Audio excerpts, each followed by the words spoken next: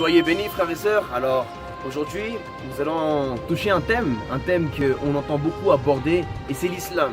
Et pour cela je pense que les mieux placés ce sont les anciens musulmans. Moi par exemple je n'ai jamais été musulman, mais lorsque j'ai expérimenté l'amour de Dieu, j'ai cherché comme tout le monde à savoir quelle est la vérité.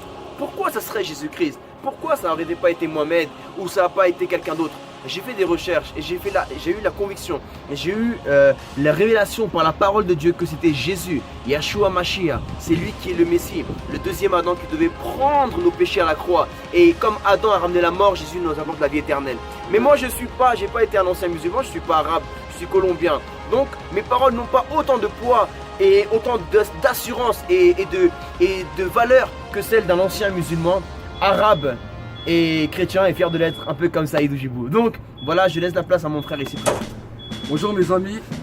Alors j'aimerais vous dire, pour un petit peu reprendre les paroles de mon frère, que le poids de la parole, ce n'est pas mon poids c'est pas ma parole qui a un poids le plus grand, déjà c'est la parole de Dieu. Et pour que nous puissions comprendre un petit peu l'évolution des religions, parce que souvent beaucoup de personnes viennent chez moi et me disent: mais qui te dit que c'est vraiment le christianisme la vérité? Qui te dit que c'est vraiment ce message-là qui est vrai? Alors la Bible nous dit une chose claire et simple. Jésus a dit: vous reconnaîtrez un arbre à ses fruits. Et si nous voulons regarder à travers toute l'histoire de l'humanité, tous les hommes de l'humanité ont un point commun. On a tous dans le cœur la motivation de combattre le mal. C'est quelque chose qui était destiné déjà dans le temps d'Adam et Ève.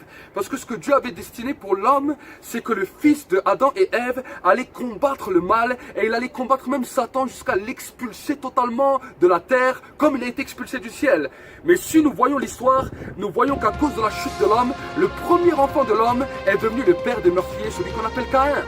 Et la Bible nous dit que quand Dieu avait vu ce qui allait se passer à cause du péché de l'homme, il a dit: ce sera la descendance de la femme qui t'écrasera la tête.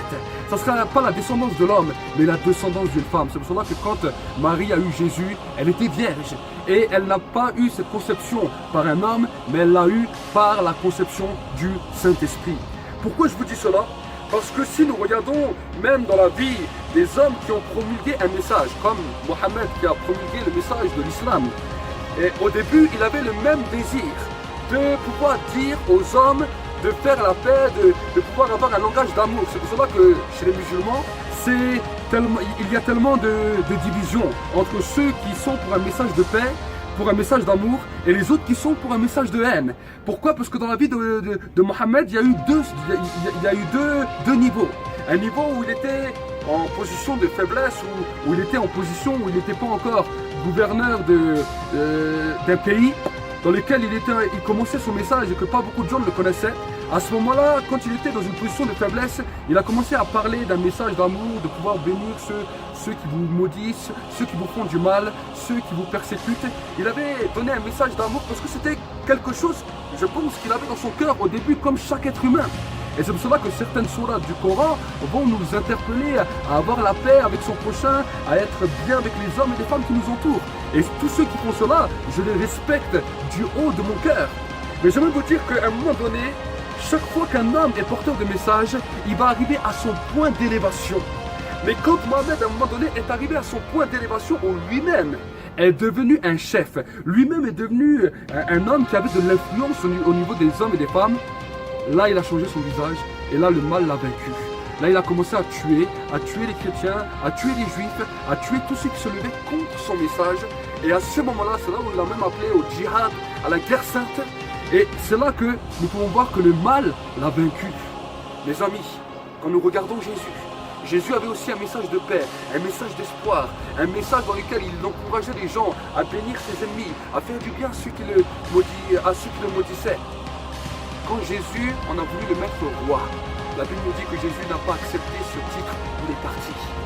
Il a fui. Et que la Bible nous dit qu'ensuite, il a accepté de se laisser crucifier, de prendre des coups, de se faire cracher dessus, de monter à la croix pour toi et moi. Et là encore, il aurait pu demander à ses anges de venir le défendre, et encore il aurait pu demander la vengeance à Dieu. Mais là, il a dit: Père, pardonne-leur, car ils ne savent ce qu'ils font. Mes amis, si aujourd'hui tu te poses encore la question, mais qui dois-je suivre? Reconnais l'arbre à son fruit. Celui qui a vaincu le mal est le seul, à travers toutes les histoires, à travers toutes les religions, c'est Jésus. et Jésus seul. Aucun autre homme n'a dit la même chose que lui. Que Dieu vous bénisse. Soyez bénis, frères et sœurs. Je pense que notre frère ici, pasteur Walid, a tout dit.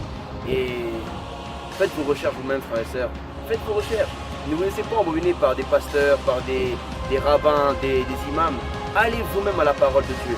Moi, quand j'ai fait mes recherches, je me suis acheté un Coran, j'ai acheté la Bible et j'ai commencé à étudier l'origine du christianisme, l'origine du judaïsme, l'origine de l'islam, les cultures qu'il y avait avant.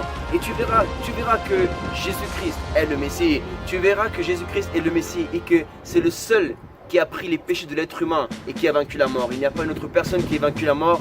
Il n'y a que Jésus-Christ qui t'offre la vie éternelle. Mais il ne t'obligera jamais car Jésus est un gentleman. Il frappe à la porte de ton cœur. Peu importe ton pays d'origine. Ouvre-lui la porte et tu auras la vie éternelle. Soyez bénis, frères et sœurs. Ciao. Amen.